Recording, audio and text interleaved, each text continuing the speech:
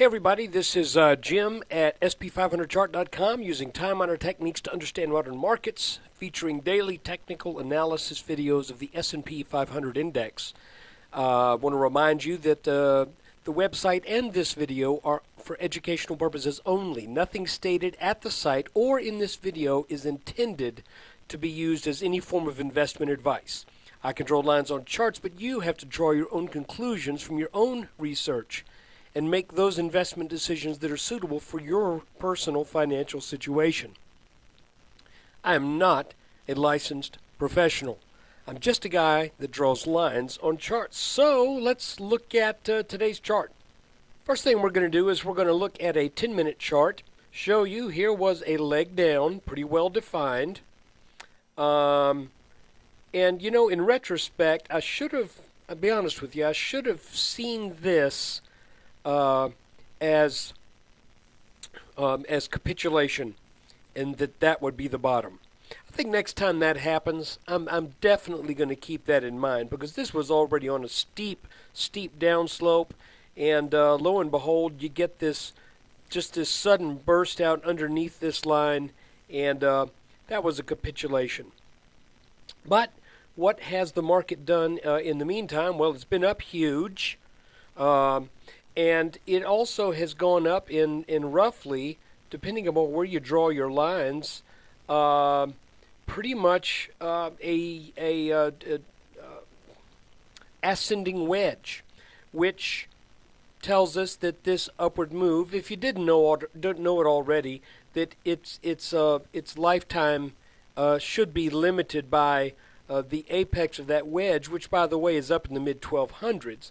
But before we got up there, it decided that it was going to break down out of the wedge, and it depends upon where you draw it.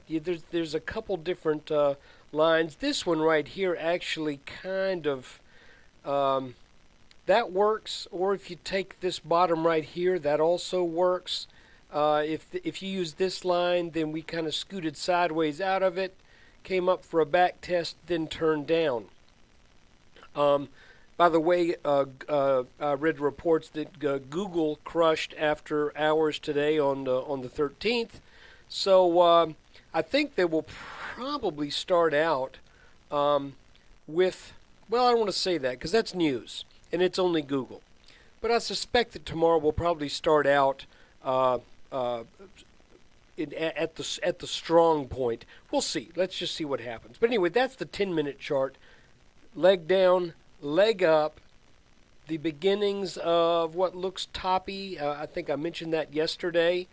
And as a matter of fact, that toppiness broke down even more today, then kind of gathered a little steam down here, and then came up and then started back down again. This is really interesting. I want to go through what happened today so you can kind of see there's a lot to be learned by today's 2- and 3-minute chart. And just for jollies, let's go back and look at the hourly chart. I want to show you that we were over this red line momentarily, well, not momentarily, pretty much all day yesterday.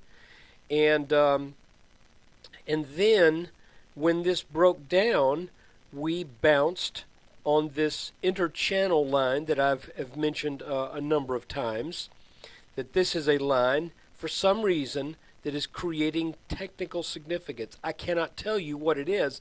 I could just tell you that it's there. So we bounced here, and then what happened? Well, this red line turned into resistance again. What it has been back in late August and the middle of September. Now looking at a 3-minute chart, this is where things get very interesting. Let's zoom in a little bit so we get a little bit more detail out of this. Let me do one more thing here. Okay, let's look at what's gone on for the past 3 days or so. First off, and I'll give myself a report card because the grade is pretty good. First off, I mentioned on the 11th at the end of the day that this looked like this was a small inverted head and shoulders that could be setting up an upward move. And that is exactly what happened. Then we identified, well, I don't know why I was calling that a tsunami pennant. I think it's because I'm getting senile. But what it really is, I heard this term, and I haven't heard it any other place except one place, and that is calling this pattern a typhoon pennant. And what that means is the S&P runs up on a pole, and then it's like a flag that's running out and up. And that will act like, actually, like a bear wedge, but it's at the top. Instead of after a down move coming up and then down, it forms after an upwards move, then it breaks down, and then things fall out of it. And remember when we were talking about that yesterday, I said that it also looked like maybe this was going to start to be kind of a head and shoulders thing. And no sooner did I say that when the S&P was around 1215, this big long candle came down and broke that neckline, and we closed under that neckline, which portended a weak day. Started out very weak. Then what happened? There's that that kind of greenish or turquoise line that's the, quote, inter-channel or inter-pattern line that we've pointed out before. We formed an inverse head and shoulders right here that broke out, kind of pulled back a little bit, then came back and got very close to testing this red line. And now, wait a minute, it gets even more interesting. If we look at this on a 2-minute chart, you can see that after this little inverse head and shoulders broke out, a small triangle developed. That broke out and pulled back to the apex of that triangle where it was held.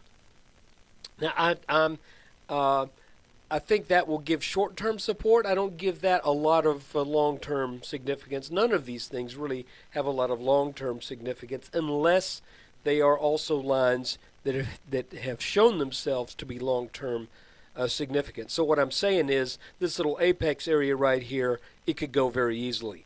Okay, this red line is going to be a tougher nut to crack. It could go, but it's going to be a tougher one to crack because it's been around for longer. It's kind of interesting too that it's almost as if the market knows. Let's try to confuse everybody as much as we can. Let me show you something. Here is the height of this little triangle. There's the point of breakout right here, and you see that this little triangle made its did what it is supposed to do.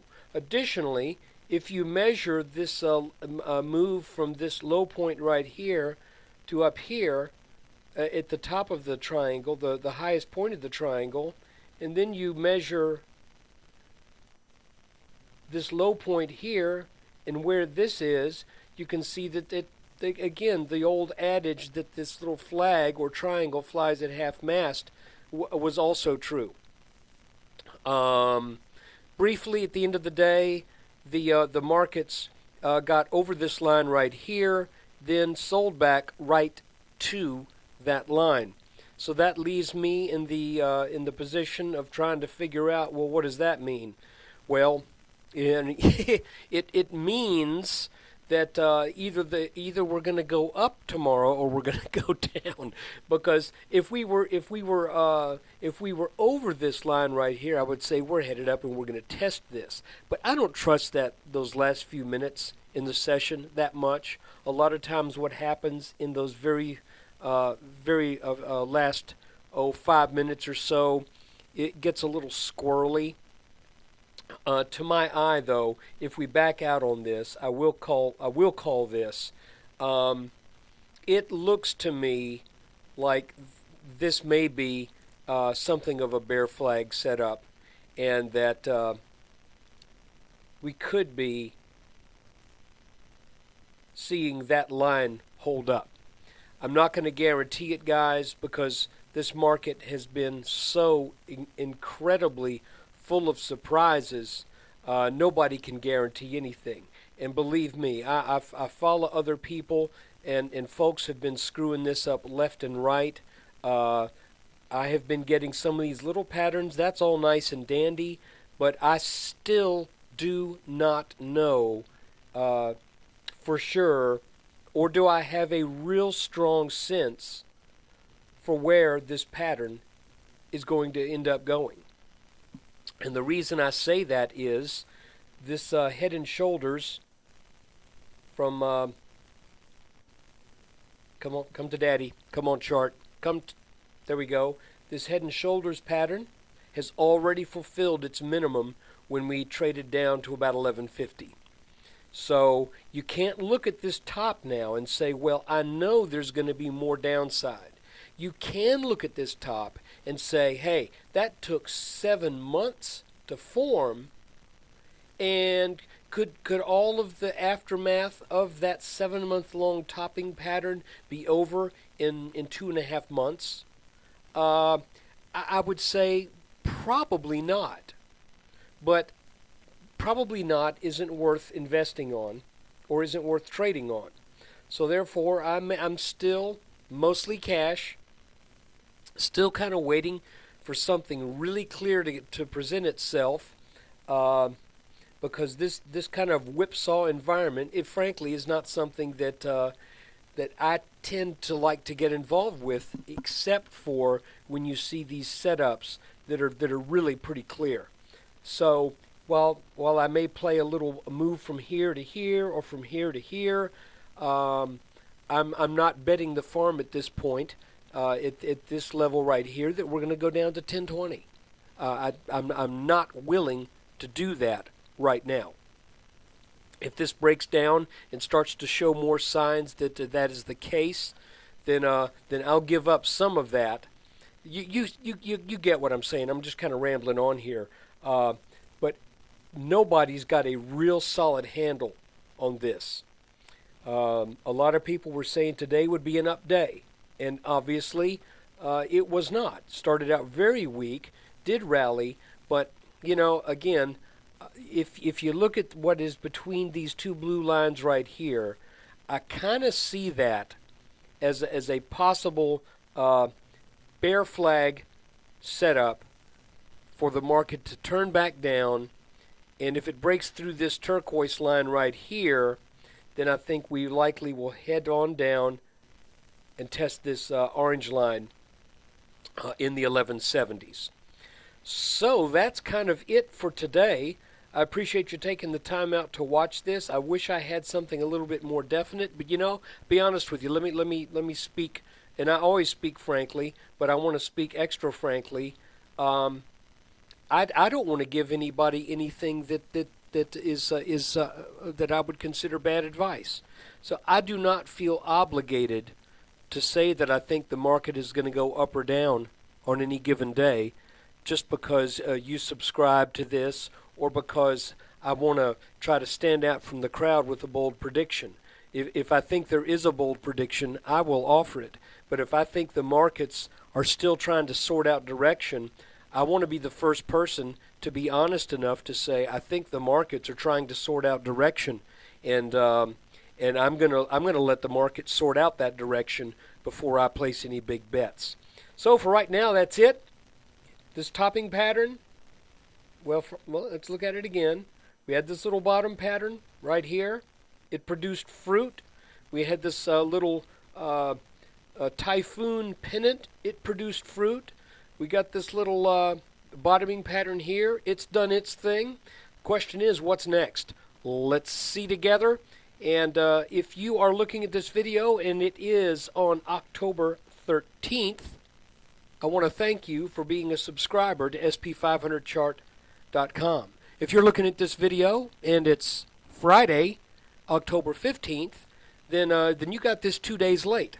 And for less than the cost of a cheap cup of coffee per day, not including weekends, you can subscribe to www.sp500chart.com. You can also get a 2-week trial for a grand total of, what is it, $5.95? $5.95? Is it $4.95? $5? I forget what it is. It's the cost of one specialty coffee at a Starbucks. So look, come by the site, consider consider joining. And the response has been great, by the way. I've been very pleased with it. But hey, I could be more pleased always. Look, I hope you got something out of this video, whether you see it on the 13th or the 15th. And I appreciate you taking the time out of your day to watch it.